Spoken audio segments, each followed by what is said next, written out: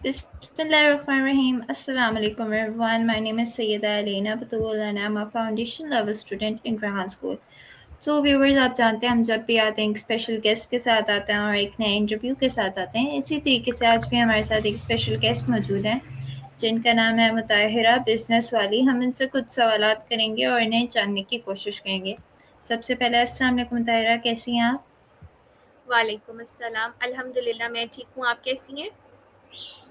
मैं भी ठीक, बहुत शुक्रिया पूछने के लिए। तो मेरा आपसे सबसे पहला सवाल यही होगा कि आप हमारी ऑडियंस को अपना इंट्रोडक्शन करा दें ताकि जो लोग आपको नहीं जानते वो आपको अच्छे से जान लें। Assalamu alaikum everyone. My name is Mutahira Business Wali and I am a student at Rehan School Tuition Academy. I am 16 years old. I live in Rawalpindi, Pakistan.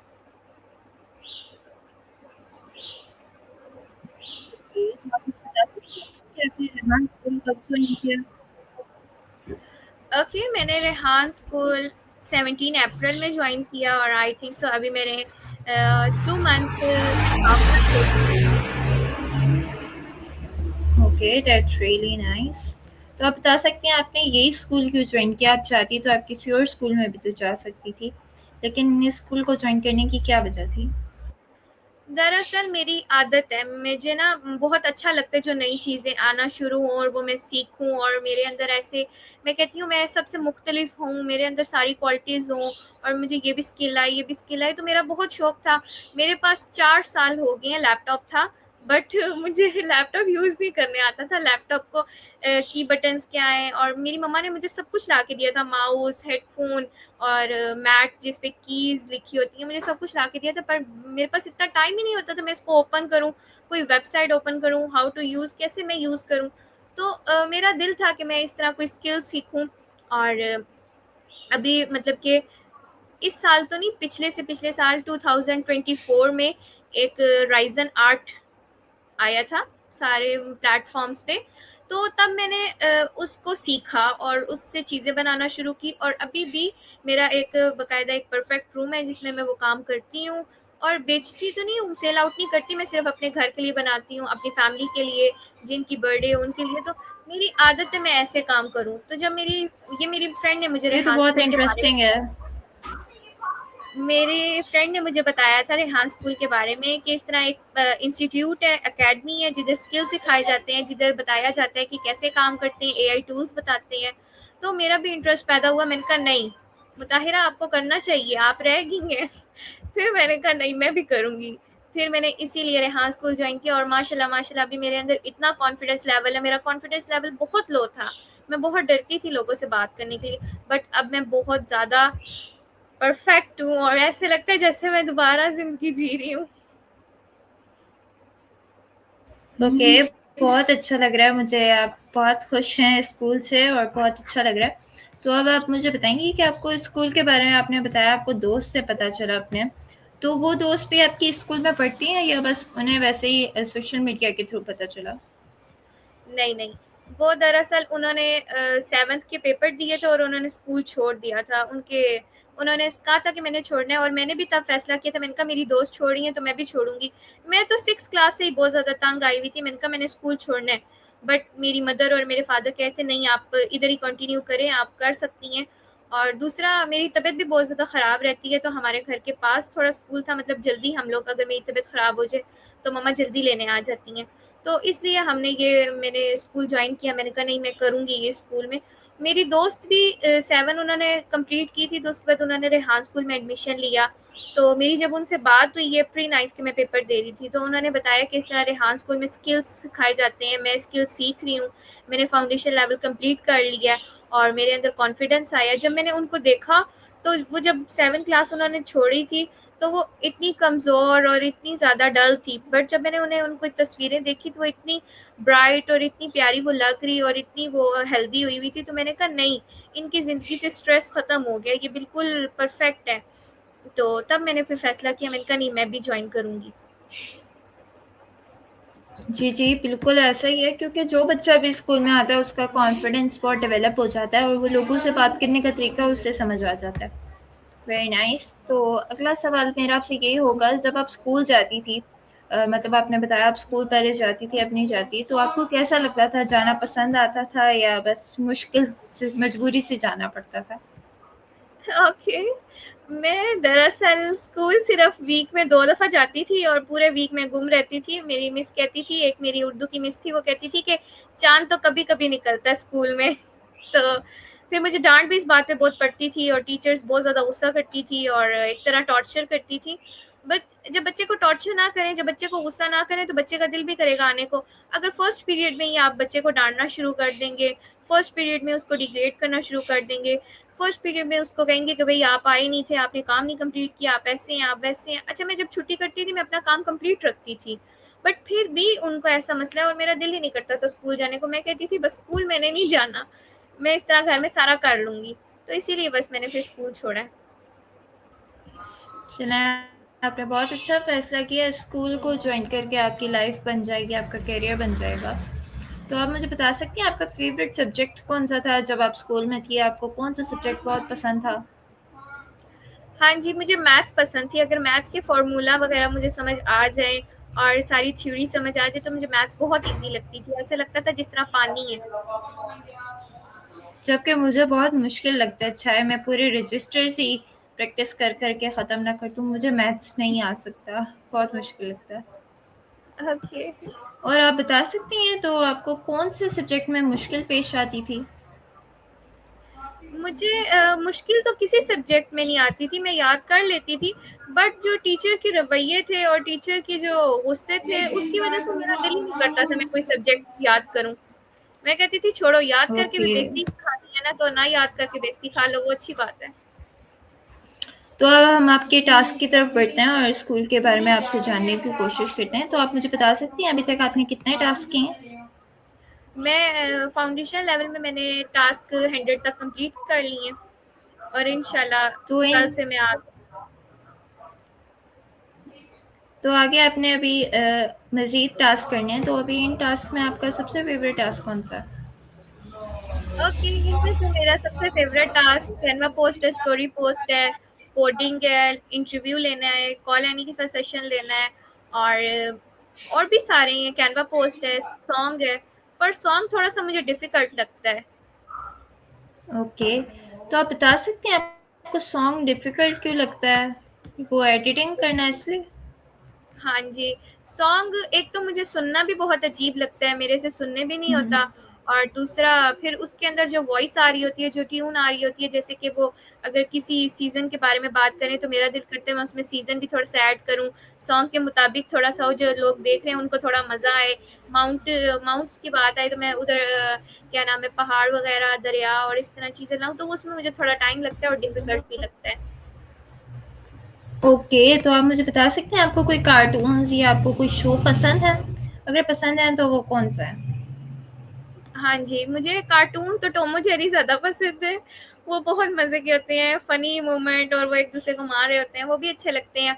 और मुझे जो शो पसंद है वो मुझे सीआईडी पसंद है। मैं शौक से सीआईडी देखती हूँ। उसमें थोड़ा वो बताते हैं कि कहाँ खून हुआ, कहाँ किसने किसको मारा, एंड पे ये भी पता चलता है किसने मारा था। तो मुझे वो ज़्यादा अच्छा लगता है। जी, जी, आपके जो दोनों फ़ेवरेट्स हैं, वो दोनों मेरे भी फ़ेवरेट्स हैं, मैं उन दोनों को बहुत देखती हूँ। यहाँ तक कि अभी भी हम तीनों बहन-भाई कभी-कभी सीआईडी देखते हैं। हाँ जी, सीआईडी बहुत अच्छा है। मेरे तो जो बड़े 2 बहन-भाई हैं, वो बाबा भी बताते हैं, कभी बाबा का मूड हो, तो बाबा कहते हैं, "जब मैं इन दोनों को कहीं लेके जाता था ना, तुम्हारे बड़े बहन-भाइयों को, तो ये गाड़ी में बैठ हुँ। के इतना मुझे तंग करते थे।" तो मैंने पूछा, "क्यों, क्या करते थे?" तो कहते थे, "कोई भी गाड़ी समझे आ जाए, तो कहते हैं, 'इसका पीछे करो पापा। पापा, इसमें कोई चोर बैठा है। पापा, इसमें कोई कत्ल हो जाएगा।' पापा कहते थे, "सीआईडी देखा था, इतना तंग करते थे मुझे।" ओके, तो अब आप हमें बता सकती हैं कि आप जब स्कूल में थी, तो कोई ऐसी टीचर भी थी जो आपको बहुत पसंद हो? हाँ जी, मेरी एक टीचर बहुत अच्छी रही हैं, जिनका मैंने अभी बताया मिस हैं, वो मतलब बहुत अच्छी थी। वो जब मेरे मार्क्स 0 भी आ जाते थे या जब मैं छुट्टी भी करती थी, तो उन्होंने कभी मुझे गुस्सा नहीं किया, उन्होंने बाकायदा मुझे समझाया, उन्होंने किया है और कभी ऐसा हुआ है कि मैंने गलती से कहीं मैं चीटिंग करते हुए वैसे घबराती हूँ, मेरे दिल की धड़कन तेज़ हो जाती है, तो अगर वैसे भी कभी कोई मुझे बता रहा हो, तो उन्होंने मुझे देख लिया, तभी उन्होंने मुझे डाँटा। तो वो टीचर मेरी बहुत अच्छी थी। ओके। तो ये तो बहुत स्वीट मोमेंट है। तो अब आप हमें बता सकती हैं आपकी हॉबीज़ क्या हैं? आप फ्री टाइम में क्या कुछ करना पसंद करती हैं, जो आपको नॉर्मल वक़्त में ना?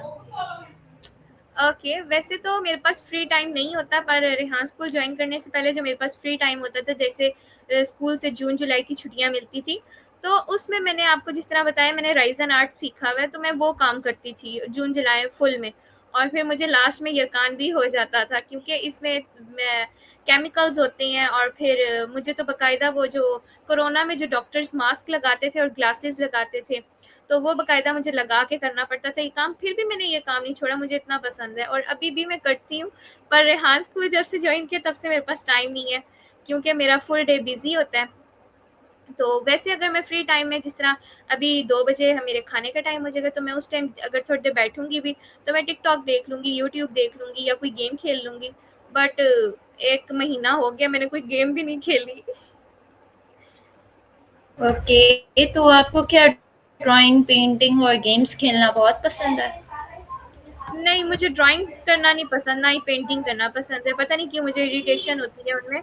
तो बकाया गेम्स खेलना, मोबाइल पे ही कोई गेम आ जाए या फिर कुछ भी, तो वैसे कुछ भी नहीं इस्तेमाल ख़ास। ओके, तो फिज़िकल गेम्स क्या कहती हैं उनके बारे में, वो पसंद है या नहीं? दरअसल मैं फ़िज़िकल गेम खेल ही नहीं सकती हूँ, क्योंकि मैं भाग नहीं सकती हूँ। मेरी हड्डियों का भी मुझे मसला है, मैं ज़्यादा भाग नहीं सकती हूँ, तो मैं इसीलिए फ़िज़िकल गेम्स खेल नहीं सकती, पर मेरा शौक है मैं खेलूँ, बट नहीं खेल ओके, सकती। जब आप ठीक हो जाएँगी तो आप ज़रूर खेलेंगी। ठीक उस तरह बंदा होता है ना, जिसके अंदर बचपन से वीकनेस हो, क्योंकि मैं जब पैदा हुई थी, तो मुझे पहले दिन से ही बुखार था, और मुझे 2 साल तक बुखार रहा है, और वो बुखार मेरी हड्डियों में है, तो अभी तक वो हड्डियों में से बुखार ख़त्म नहीं हुआ। ओके, तो आप मुझे अपनी एज बता सकती हैं? जी, मेरी एज 16 है। ओके, तो अब हम आपके फ्यूचर गोल्स की तरफ बढ़ते हैं। तो आप बता सकती हैं आप बड़े होके क्या बनना चाहती हैं? आपका फ्यूचर गोल क्या है? हाँ जी, मैं बड़े होके बिज़नेस वूमेन बनना चाहती हूँ, सक्सेसफुल एक वूमेन बनना चाहती हूँ, इंडिपेंडेंट वूमेन बनना चाहती हूँ।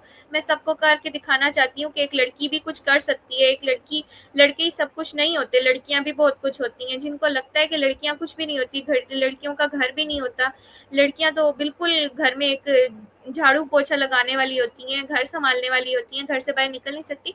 तो मैं उनको बताना चाहती हूँ कि लड़कियाँ भी बहुत कुछ कर सकती हैं, लड़कियाँ भी इंडिपेंडेंट बन सकती हैं लड़कों की तरह। जी, आपने बिल्कुल ठीक कहा, बिल्कुल ऐसा ही, और अल्लाह आपके ख्वाबों को पूरा करने में आपकी पूरी मदद करेगा। तो आप बता हाँ। सकती हैं जैसे आपका ख्वाब है बिज़नेस वुमन बनना, तो आप इस ख्वाब को कैसे क्या-क्या करके आप इसको पूरा करेंगी? मैं जिस तरह मेरे बाबा भी बिज़नेसमैन हैं, जिस तरह उन्होंने दिन-रात एक की है, उन्होंने अपना खाना-पीना छोड़ा है, उन्होंने अपनी नींदें छोड़ी हैं, उन्होंने सब कुछ छोड़ने के बाद हमारे लिए इतनी मेहनत की है, तो इसी तरह ही मैंने भी उनसे यही सीखा है कि अपनी दिन-रात एक करेंगे तो हम कामयाब इंसान बन सकेंगे, वरना ऐसे बैठे-बैठे तो हम बन नहीं सकते हैं, हमारे पास सब कुछ अचीवमेंट आ नहीं सकती है, हमें मेहनत करनी चाहिए। तो मैं यही कहूँगी कि मैं मेहनत करूँगी, मैं दिल लगाऊँगी, और मैं बिज़नेस करना चाह रही हूँ, बुटीक का बिज़नेस करना चाह रही हूँ, तो इंशाल्लाह मैं बिज़नेस अपना शुरू करूँगी, और छोटे से काम से शुरू करूँगी, पर इंशाल्लाह इंशाल्लाह मेरा बहुत बड़ा बिज़नेस होगा। इंशाल्लाह ज़रूर होगा। तो आप मुझे बता सकती हैं कि आपके नज़दीक कामयाबी का क्या मतलब है? कामयाबी का मेरे नज़दीक यही मतलब है कि हम लोग अगर पढ़ लिख लेंगे, हमारे अंदर थोड़े मैनर्स आ जाएँगे, क्योंकि आजकल माशरे में मैनर्स नाम चीज़ ही नहीं है। किसी के अंदर तमीज़ ही नहीं है बात करने की। हर कोई सिर्फ़ अपने मतलब के लिए मैसेज कर लेता है, कॉल कर लेता है, आ जाता है, मिल लेता है। बाकायदा जब हमारा कोई काम हो या काम ना भी हो, हम किसी के घर जाएँ तो अगला वेट कर रहा होता है कब ये उठ के जाएँगे। कब ये जाएँगे तो हम सुकून से बैठेंगे। तो मैं ये चाहती हूँ कि बंदा कामयाबी उतनी सीखे जितनी उसके अंदर अक्ल हो, तमीज़ हो, और उसके अंदर आनी भी चाहिए। आजकल जिन्होंने भी जितनी भी डिग्रियाँ ली हैं, पर उनके पास बिल्कुल तमीज़ नहीं है। बात करने की तमीज़ नहीं है, बैठने की तमीज़ नहीं है, खाना खाने की नहीं है। तो मैं यही चाह रही हूँ, तालीम का मकसद ये होता है कि हमारे अंदर तमीज़ आना, हमें बात करने का हमारा स्टाइल, हमारा कॉन्फिडेंस लेवल, हमारा सब कुछ होता है। आपने बहुत अच्छा जवाब दिया और बेसिकली कामयाब इंसान के अंदर यही सारी क्वालिटीज़ होती हैं। तो अब आप मुझे बता सकती हैं इंस्पिरेशन आपका रोल मॉडल जो बंदा आपको बहुत इंस्पायर करता हो वो कौन है? मेरी मदर है और मेरे फादर हैं। मेरी मदर इस तरह है कि उन्होंने पूरा घर सँभाला हुआ है, उन्होंने हमें सँभाला हुआ है, उन्होंने हमारे टाइम मैनेजमेंट किया हुआ है, किस टाइम उन्होंने हमें खाना देना है, किस टाइम उन्होंने हमें क्या चीज़ देनी है, हमारा ख़्याल किस तरह रखना है, हम बीमार हो जाएँ, हमारी केयर किस तरह करनी है, तो उस तरह मेरी रोल मॉडल मेरी मम्मा है। और अगर आप गोल्स और बिज़नेस के बारे में कह रही हैं, तो वो मेरे फादर हैं। क्योंकि उनको मैं जब मेहनत करता हुआ देखती हूँ, उनके दिन-रात एक होते हुए देखती हूँ, तो मुझे बहुत होता है कि उन्होंने हमारे लिए बहुत मेहनत की है और हमें भी यही मेहनत उनके सामने लानी चाहिए कि वो भी एक क्या नाम है, वो भी सोचें कि मैंने अपनी औलाद पे इतने पैसे खर्च किए हैं, तो उन्होंने मुझे कुछ बन के दिखाया है, मेरे पैसों को ज़ाया नहीं किया। तो मैं यही कहना चाहूँगी कि अपने मदर और फादर की बड़े होके कुछ बने, उनको करके दिखाएँ और उन्होंने जितनी मुश्किलात आपकी बचपन में काटी हैं, आप उनको बुढ़ापे में उतनी मुश्किलात का सामना ना करना दें। माशाल्लाह आपकी बहुत अच्छी सोच है और हर बच्चे की ऐसी सोच हो तो माँ बाप को कभी मतलब अपनी औलाद पे कभी दुख ना हो। बहुत अच्छा माइंडसेट है आपका। मुझे बहुत अच्छा लग रहा है आपसे बात करके। तो आप मुझे बता सकते हैं अगर आपको एक दिन के लिए कुछ भी बनने का मौका मिले या कुछ सुपर पावर आपके पास आ जाए कि आप कुछ भी कर सकती हैं तो आप क्या करेंगी उस दिन या क्या बनने की कोशिश करेंगी? मैं जो भी कुछ बनने की कोशिश करना चाहूँगी, वो मैं अपने बलबूते पे करना चाहूँगी, किसी भी सुपर पावर की वजह से नहीं करना चाहूँगी क्योंकि वो एक लम्हे के लिए एक तरह होती है और ये भी मैंने कार्टून्स वगैरह में देखी है, हकीकत में सिर्फ़ अल्लाह ताला ही हमारी मदद करते हैं। तो मैं जो भी कुछ बनूँगी, जो भी मेरे ख्वाब हैं, जो भी मैंने करना है अपने गोल्स में, अपने करियर में, वो मैं खुद से करूँगी, मेहनत करूँगी, दिल लगाऊँगी। और रही बात अगर सुपर पावर मुझे कोई मिल जाए, तो मैं सबसे पहले ये जो स्कूल का सेटअप है ना, ये जो स्कूल में बच्चों को स्ट्रेस दिया जाता है, एंग्ज़ायटी दी जाती है, बच्चों को क्या नाम है, एक तरह पागल किया जाता है, बच्चों को डराया जाता है कि स्कूल जाओगे, टीचर मारेंगी, स्कूल जाओगे, इतना काम मिलेगा। मैं ये सब कुछ ख़त्म करना चाह रही हूँ। ओके, बहुत अच्छी बात की आपने। बिल्कुल ऐसा ही है क्योंकि ये सारी चीज़ें तो 1 सेकंड के लिए होती हैं और उसके बाद ये ख़त्म हो जाती हैं। आपने बहुत अच्छे जवाब दिए। तो अब आप मुझे बता सकती हैं आपकी सबसे अच्छी दोस्त कौन है अगर कोई है तो? ओके।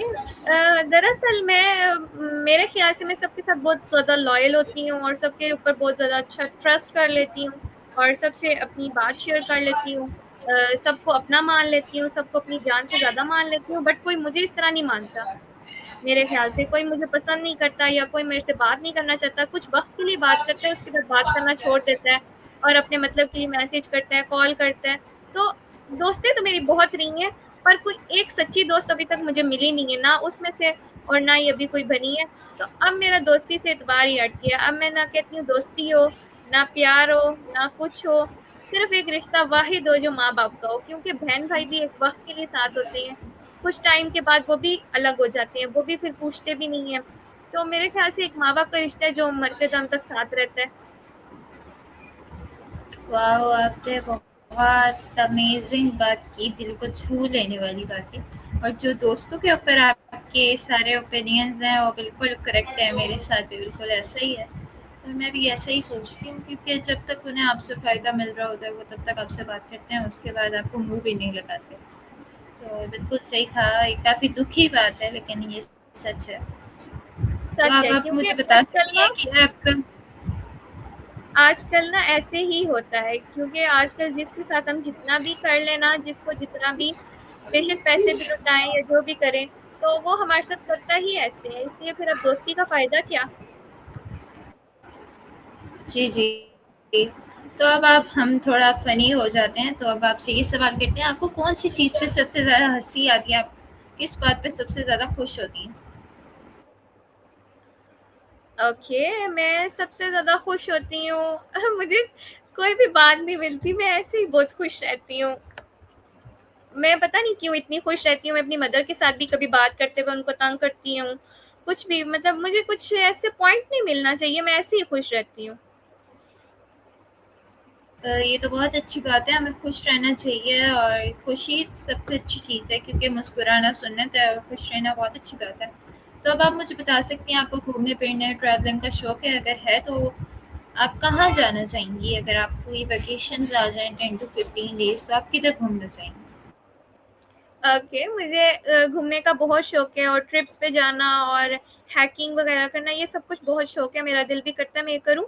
और अगर मुझे 1 महीने की छुट्टियाँ मिलें तो मैं नारायण का खान जाके रहना चाहती हूँ, घूमना चाहती हूँ। और ज़्यादा अगर मुझे कहीं घूमने का मौका मिले तो मैं ना ऐसी प्लेसेस पे जाना चाहती हूँ जहाँ से हमें नॉलेज मिले, जहाँ से हमें पता चले कि वहाँ क्या हुआ था, वो क्यों बना है, वो किस वजह से बना है, उसकी तारीख क्या है, वो कब बना था, वो बनाया किसने था। जैसे कि एक दफ़ा हमारे फ़ादर हमें फैसल मॉस्क लेके गए थे छोटी ईद पे, तो वहाँ जाके हमने वहाँ बहुत मज़ा आया, हमने वहाँ नमाज़ पढ़ी और वहाँ हमने देखा कि कैसे वो मौलवी अज़ान दे रहे थे और वो इतना अच्छा लगा मुझे मोमेंट। और फिर वहाँ से हम बाहर निकले, हमने गोलगप्पे खाए थे और फिर मुझे ये चीज़ें बहुत अच्छी लगी हैं कि हमने वहाँ सीखा भी है, एन्जॉय भी किया है। और वहाँ फिर आई थिंक सो किसी की कब्र मुबारक भी थी, तो मुझे याद नहीं है वो किसकी थी। तो वहाँ से हमने बहुत कुछ सीखा था और ये भी सीखा था कि कब वो बना और किसने बनाया। तो ये चीज़ें मुझे ज़्यादा अच्छी लगती हैं। Okay, that's really interesting. तो अब आप हम अपने इंटरव्यू के इख्तिताम की तरफ चलते हैं, क्योंकि वक्त कम है और मुकाबला सख्त है। अब मेरा आपसे सवाल ये होगा कि आप अपनी ज़िंदगी में सबसे ज़्यादा किस चीज़ की शुक्रगुज़ार हैं? ठीक है, मैं अपनी ज़िंदगी में सबसे ज़्यादा शुक्रगुज़ार इस चीज़ का है कि अल्लाह ताला से यही शुक्र अदा करती हूँ कि अल्लाह ताला ने मुझे चलने का मौका दिया, अल्लाह ताला ने मुझे हाथ-पैर सब कुछ दिए हैं। क्योंकि आजकल जितने भी लोग हैं उनके पास कोई ना कोई चीज़ नहीं होती। या वो गरीब होते हैं या फिर उनके पास हाथ नहीं होता, पाँव नहीं होती, आँख नहीं होता, मुँह नहीं होता। मतलब ऐसे बहुत कुछ मसले होते हैं। या फिर जिनके डायलिसिस हो रहे होते हैं, जिनको कैंसर होता है, जिनको कोई ना कोई बीमारी होती है। तो मेरे अंदर उस तरह अल्लाह का शुक्र है कोई बीमारी नहीं है, बट मुझे बुखार हो जाता है और मैं डल भी रहती हूँ थोड़ी-सी जब मैं ज़्यादा स्ट्रगल कर लूँ। बट अब मैंने अपने आप को मैनेज किया हुआ है और अल्लाह ताला ने मुझे चलने का भी मौका दिया। क्योंकि जिस तरह मैंने आपको बताया कि मुझे जिस दिन मैं पैदा हुई थी उस दिन से बुखार और 2 साल तक बुखार आए, तो मेरे पाँव भी टेढ़े थे। मेरी मदर बताती हैं, मेरी बड़ी फूफो बताती हैं कि आपके पाँव भी टेढ़े थे और हम यही कहते थे कि अभी ऐलान होगा, अभी पता चलेगा मुताहिरा इस दुनिया से चली गई हैं। तो कहती हैं कि हमें यकीन नहीं हो रहा कि अभी आप अपने पाँव पे खड़ी हैं और आप मानेंगी, ये मतलब मुझे नहीं लगता आपको इस बात पे यकीन होगा। अभी मैंने पूरा घर सँभाला हुआ है। मेरी मदर कहीं चली जाए, मैंने पूरा घर, अपने बहन-भाइयों को देखना। मेरी बड़ी सिस्टर मैरिड है और छोटे जो मेरे बड़ी सिस्टर से जो छोटे भाई हैं वो सीए कर रहे हैं और उससे छोटी मैं हूँ और सबसे छोटे मेरे भाई हैं 5th क्लास में। तो मैंने सबका ख़्याल रखा हुआ है, सिर्फ़ मुझे हांडी और रोटी पकाना नहीं आता और बकाया सब कुछ मैं कर लेती हूँ। तो मैं इस चीज़ का बहुत शुक्रगुज़ार हूँ कि अल्लाह ताला ने मुझे अब चलने का मौका दिया है। मुझे सलामत मतलब बिल्कुल मैं खड़े हो सकती हूँ, बात कर सकती हूँ। मैं एक तरह मेरा दिमागी तवाज़न भी बिल्कुल ठीक है। तो मेरे अंदर सब कुछ है, तो अल्लाह ताला का यही शुक्र अदा करूँगी और एक बहुत बड़ा शुक्र अदा करूँगी कि उन्होंने मुझे पेरेंट्स दिए हैं, मम्मा-पापा दिए हैं। क्योंकि जिनके पास पेरेंट्स नहीं होते, उनसे पूछें कि उनको कितना दुःख होता है। जी, जी, आप बहुत बहादुर हैं। आपने इतना कुछ फ़ेस करने के बावजूद आज आप अपने पाँव पे खड़ी हैं, ये तो बहुत प्राउड की बात है। आपने बिल्कुल सही कहा, हर किसी के पास माँ-बाप नहीं होते, बहुत बड़ी नेमत होती है, बहुत कम लोगों को ये नेमत मिलती है। तो अब हमारे इंटरव्यू का वक़्त ख़त्म हो रहा है, तो मैं आपसे लास्ट यही बात करना चाहूँगी कि आप हमारी ऑडियंस को कोई लास्ट एडवाइस दें, जिनसे उन्हें फ़ायदा पहुँचे और वो आगे उनके काम आए। हाँ जी, मैं उनको यही कहूँगी कि अपने गोल्स की तरफ फ़ोकस करें। अपने आप को जितना वो बेहतर बना सकते हैं उतना बनाएँ। क्योंकि उनके पेरेंट्स ने उनके लिए बहुत मुश्किलात का सामना किया है। उन्होंने मतलब दिन-रात एक की है, मेहनत की है। और जैसे कि मेरे फ़ादर का बिज़नेस है, वो बिज़नेसमैन है, उनके सिलेंडर्स की शॉप है। तो उनका अपना बिज़नेस है, तो उन्होंने भी बहुत जद्दोजहद की है। वो जब मुझे याद है कि रात को देर से आते थे ना, तो उनके कभी कपड़े फटे हुए होते थे, जले हुए होते थे, कभी उनकी टाँग पे लगी होती थी। मैं पूछती थी, "क्या हुआ बाबा?" तो वो कहते थे, "मुझे सिलेंडर लग गया है।" और वो इतना ज़्यादा ज़ख्म होता था कि उनसे अगले दिन चलने नहीं होता था, फिर भी वो सुबह 5 बजे हमारे लिए जाते थे। तो मैं यही कहूँगी कि आप कुछ बन के दिखाएँ अपने पेरेंट्स को। जो लोग कहते हैं कि आप लोग कुछ भी नहीं बन सकते, आप लोग कुछ कर नहीं सकते या आप लोग एमी ही हैं, आप गर्ल्स भी, कि कोई लड़कियां घर का काम करेंगी, सिर्फ जॉब नहीं करेंगी, काम नहीं करेंगी, अपना बिजनेस नहीं करेंगी, कुछ बन नहीं सकती, क्योंकि आजकल माशरे में यही है, लड़कियों का कोई अपना घर नहीं है, सारे यही कहते हैं। तो आप लोगों ने उनको बन के दिखाना है कि हम लोग भी कुछ कर सकती हैं, हम लोग भी एक लड़कों की तरह ही हैं। सिर्फ एक लड़की है वो अलग बात है, अल्लाह ताला ने बनाया है, इंसान ही है ना, काम कर सकते हैं, लड़कों की तरह ही है हम लोग। जिस्म भी हमारा मतलब कि हाथ पैर अल्लाह ताला ने लड़कों की तरह दिए हैं, हम काम कर सकते हैं, मुशक्कत कर सकते हैं, पाँव भी दिए हैं, हमारा मतलब एक तरह हम लड़कों की तरह ही है, दिमाग भी हमारा तेज़ है। तो हमें बताना चाहिए कि हम कर सकते हैं लड़कों की तरह, हम कुछ बन सकते हैं, हम इंडिपेंडेंट बन सकते हैं, क्योंकि आजकल माशरे में यही है, सब कुछ लड़कों को ही समझा जाता है, लड़कियों को कुछ भी नहीं समझा जाता। तो मेरे ख्याल से आप लोग अपने गोल्स की तरफ जाएं, आप लोगों ने जो भी कुछ सीखना है, आपने जो एजुकेशन लेनी है, या आपने कुछ भी सीखना है, तो आप वो सीखें, और क्या कहते हैं, अपने माँ बाप का नाम रोशन करें, और उनके जब वो बूढ़े हो जाएं तो उनका सहारा बने, उनकी मेहनत करें, उनके लिए जितनी जद्दोजहद उन्होंने की है उतनी अब फिर आप करें, क्योंकि अब वो बूढ़े हो गए हैं, अब वो चल फिर नहीं सकते, अब वो मेहनत नहीं कर सकते। जब हम लोग भी चल फिर नहीं सकते, हमारे वालिदैन ने हमारे लिए सहारा बने थे, हमें सब कुछ सिखाया, तो फिर अब आपको उनका ख्याल रखना है। तो मेरे ख्याल से यही सबके लिए एडवाइस है कि कुछ सीखें और कुछ बन के दिखाएं। ओके मुतायरा, आपकी बहुत अच्छी और बहुत काम की एडवाइस है। सो व्यूवर्स, ये था आज का इंटरव्यू मुतायरा बिजनेस वाली के साथ। मुझे बहुत अच्छा लगा, आपने हमें अपना कीमती वक्त दिया, जिसमें हमने बहुत सारी बातें, बहुत कुछ सीखने को जाना, एक दूसरे के बारे में जाना। तो मुझे उम्मीद है आपको आज का इंटरव्यू मेरे साथ पसंद आया होगा। सो व्यूवर्स, ये था आज का हमारा इंटरव्यू मुतायरा बिजनेस वाली के साथ। मुझे उम्मीद है आपको पसंद आया होगा। सो मिलते हैं किसी नए वीडियो में, किसी नए इंटरव्यू के साथ। This is Alina Batullah. हाफिज़। पाकिस्तान जिंदाबाद।